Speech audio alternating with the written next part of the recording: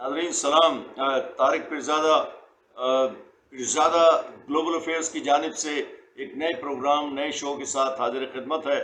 آج کے موضوعات میں ہم سب سے پہلے امریکہ اور ہندوستان کے جو گہری شراکت داری ہے اس کے مزید گہرا ہونے کا ایک معاہدہ ہوا ہے شنکر اور امریکی وزیر خارجہ بلنکن کے درمیان، اور یہ معاہدہ بہت سی تفصیلات کا حامل ہے۔ تاہم افغانستان کے سلسلے میں دونوں ممالک میں، ہندوستان میں اور امریکہ کے درمیان جو نئی مفاہمت نظر آئی ہے، میں اس کی جانب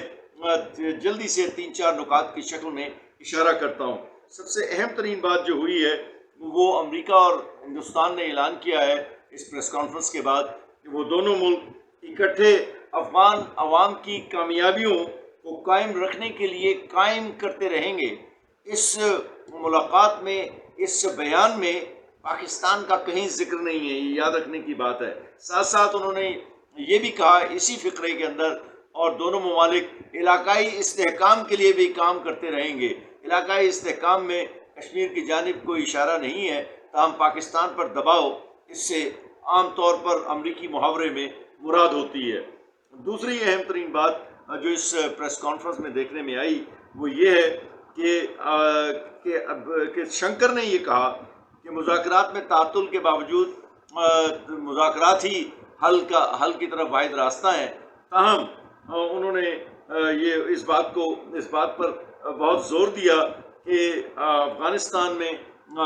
ہندوستان کا ایک کردار ہے، اور یہی بات امریکی وزیر خارجہ نے بھی کہی۔ اس کے بعد شنکر نے تیسری بات یہ کہی کہ ہم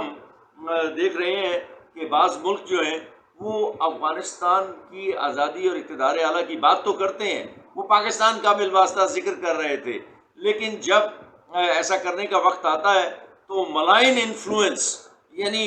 برے اور منفی اثرات جو ہیں وہ رستے میں رکاوٹ بن جاتے ہیں۔ یہ ان کے الفاظ کا حاصل ہے، اور یہ ساتھ ہی انہوں نے یہ بھی کہا کہ 20 سال سے طالبان کی مدد ایک حقیقت ہے۔ اس آخری فقرے سے تو انہوں نے بالکل ہی پردہ اٹھا دیا کہ ان کا اشارہ پاکستان کی طرف ہے۔ چنانچہ یہ جو استحکام کی بات ہے، یہ اس کو ذرا غور کرنے کی ضرورت ہے کہ علاقائی استحکام اور افغانستان میں دونوں ملکوں کا مل کر کام کرنا در حقیقت اس بات کی طرف اشارہ ہے کہ ہندوستان کا افغانستان میں جو کردار ہے وہ پہلے سے زیادہ کیا جائے گا۔ ناظرین، جو اگلا اہم نقطہ دونوں وزرائے خارجہ شنکر اور ٹونی بلنکن کی ملاقات کے درمیان زیر بحث آیا اور پریس کانفرنس میں بھی اس کا ذکر آیا، وہ بڑی اہم بات تھی۔ انہوں نے کہا کہ امریکہ اور ہندوستان دونوں افغانستان کی موجودہ صورتحال پر تبادلہ معلومات کرتے رہیں گے۔ ذرا اس بات کا مطلب بھی دیکھتے چلیے، اس سے بیشتر کہ میں اگلے نقطے کی طرف جاؤں، کہ اس وقت افغانستان میں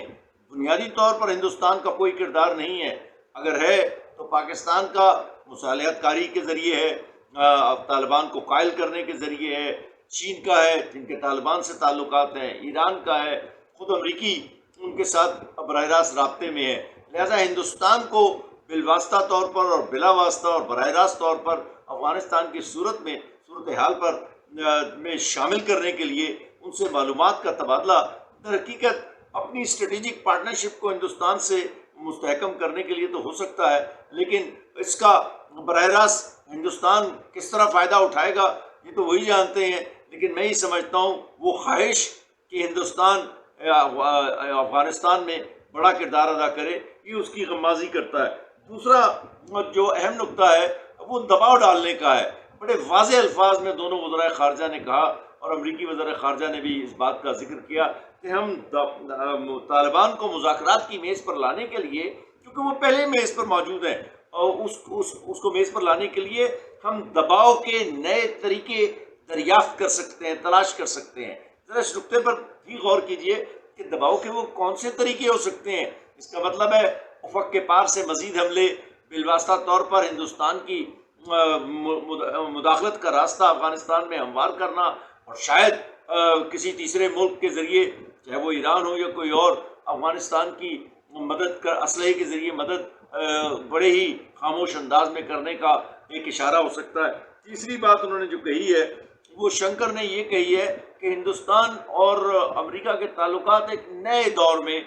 میں نے شاید پہلے بھی کہا وہ داخل ہو چکے ہیں، اور ہم اس سلسلے میں ایک نئی ہماری درمیان مفاہمت پارٹنرشپ ہے، اور جو پہلے پارٹنرشپ تھی وہ مزید گہری ہو رہی ہے۔ اس کے ساتھ ساتھ اگر آپ یہ دیکھیں کہ ولسن انسٹیٹیوٹ کا کہ تھنک ٹینک جو ہیں وہ یہ کہہ رہے ہیں کہ ہندوستان افغان محاذ پر اپنے کھیل کو تیز کر رہا ہے۔ یہ باتیں ذہن نشین رہنی چاہیے کہ افغانستان کے میں ہونے والی مصالحت کے رستے میں اگر کوئی رکاوٹ کھڑی کرے گا تو وہ ہندوستان ہی ہوگا۔